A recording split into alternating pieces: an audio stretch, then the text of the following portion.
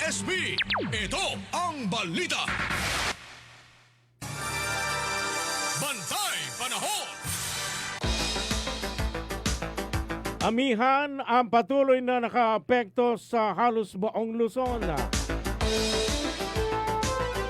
Makulimlim na may mahinang pagulan at mahangin sa bahaging Batanes at nalalabing bahagi ng Car.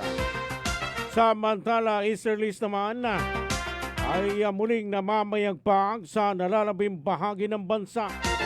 Halos maulap hanggang sa makulimlim na may paminsan-minsan na mga pag-ulan na thunderstorm ang inaasahan. Sa bahaging Southern Luzon, bahagyang maulap hanggang sa makulimlim na may tsansa ng mga saglit na pag-ulan sa nalalabing bahagi ng bansa. Samantala, mababa ang tsansa na may panibagong bagyo na makakaapekto sa Pilipinas sa loob ng 5 araw. Bantay Panahon. Samantala, sa lalawigang Hunang Palawan,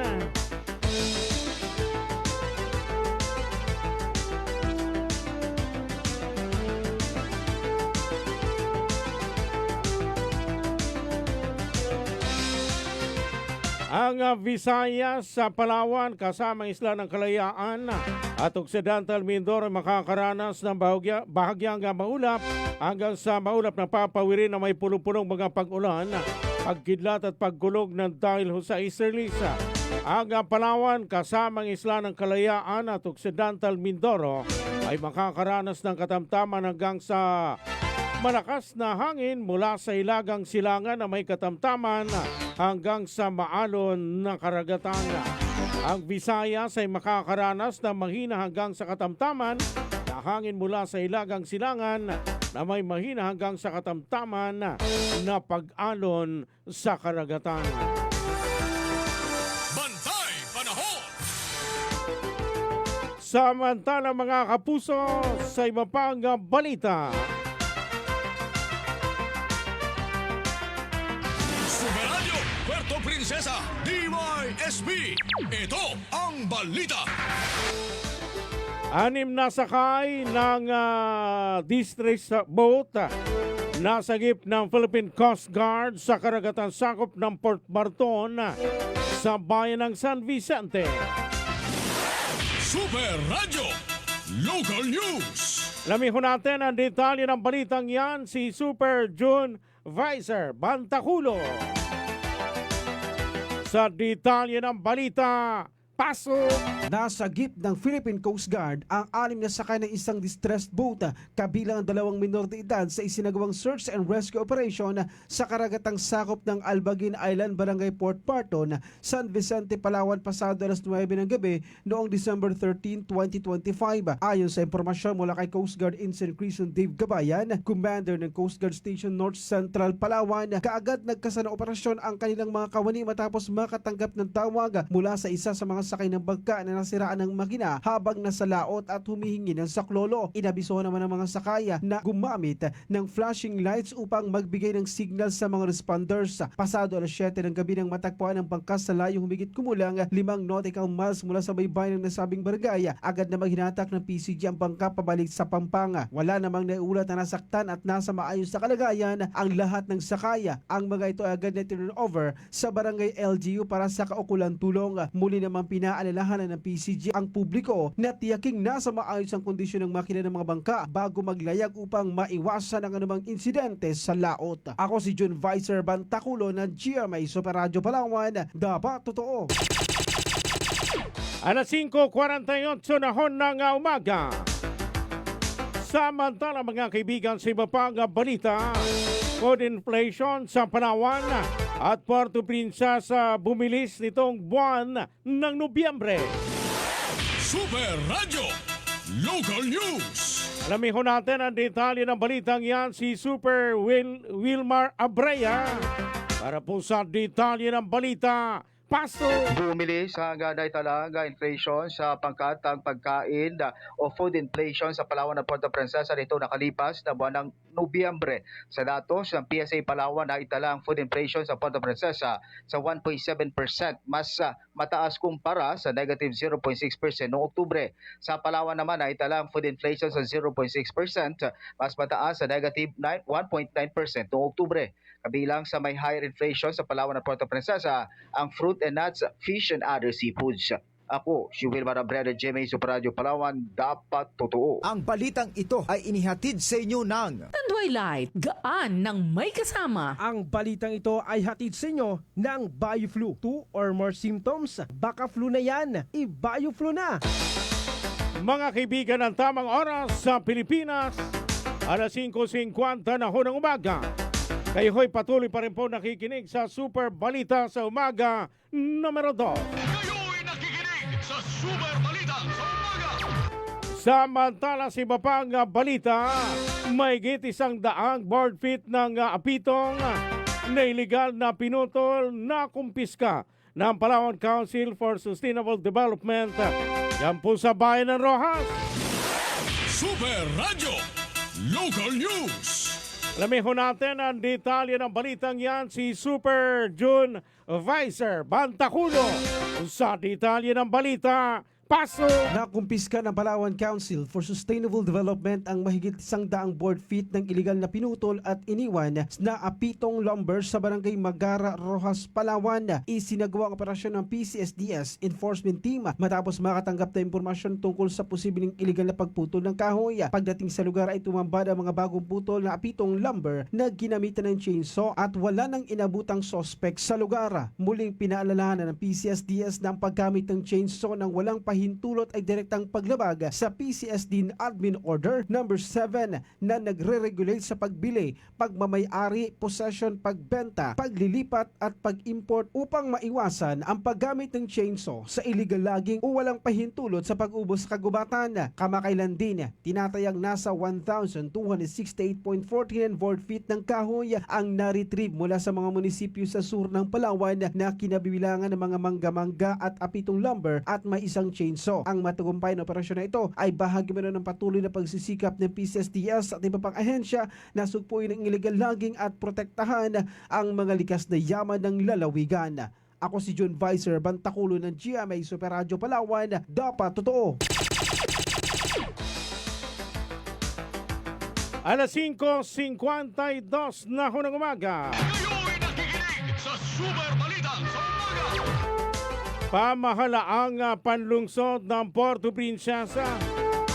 Nagpaabot na raw ho ng tulong sa mga residenteng nasunugan sa Barangay Milagrosa.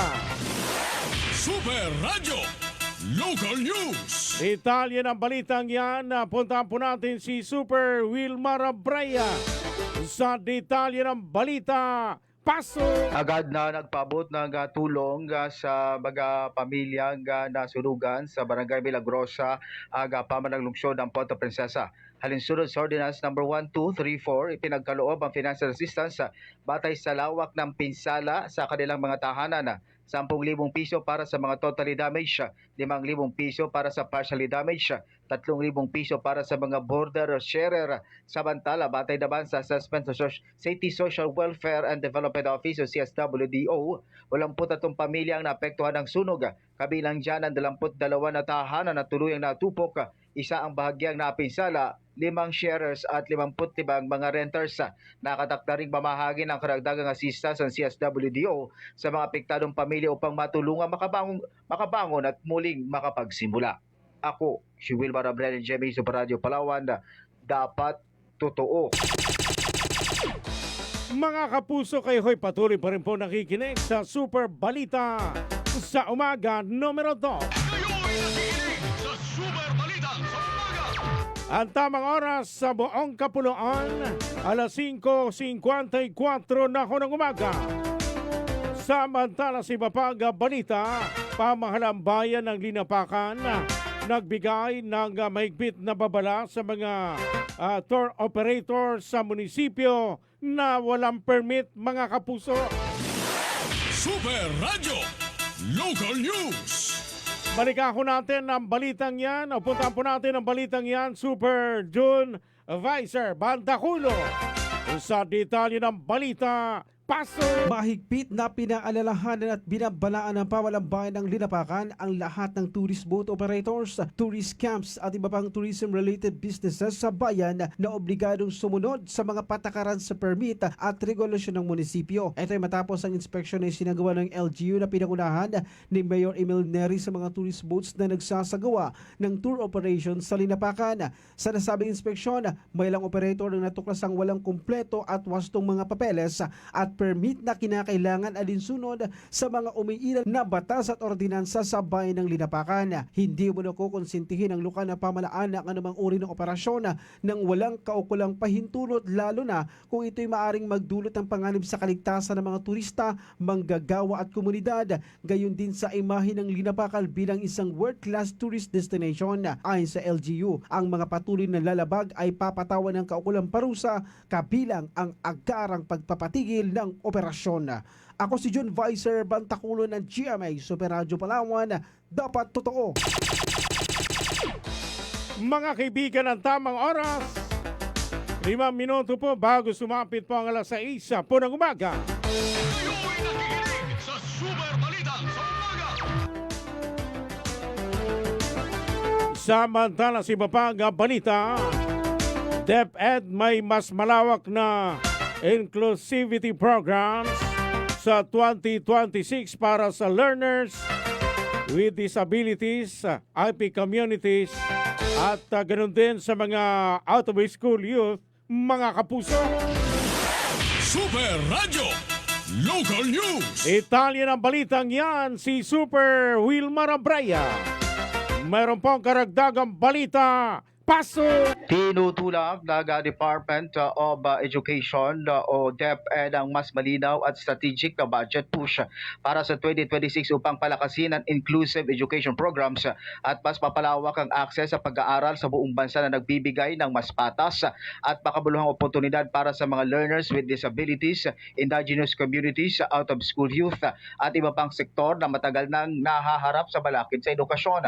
Malaking bahagi ng panukalang budget sa 2026 ang nakalaan para patibayin ang mga programang sumusuporta sa milyon-milyong mga mag-aaral mula sa iba't ibang marginalized groups. Tatanggap ng 1.04 billion pesos ang special needs education na programa na nagbibigay ng mahalagang suporta sa learners with special needs. Naglaan din ng DepEd ang mahigit 800 milyong piso para sa alternative learning systems o ALS sa 2026. May 522 million pesos din inihain para palakasin ang madrasa education program para sa mga Muslim learners. Aabot naman sa 154 million pesos ang suporta para sa Indigenous Peoples Education Program. Ako, si Wilmar Abraya ng GMA Super Radio Palawan. Dapat totoo. Alas 5:57 ho ng umaga. Samantala mga kaibigan, puntahan po natin si Super Kenneth Calumres sa kanyang balita.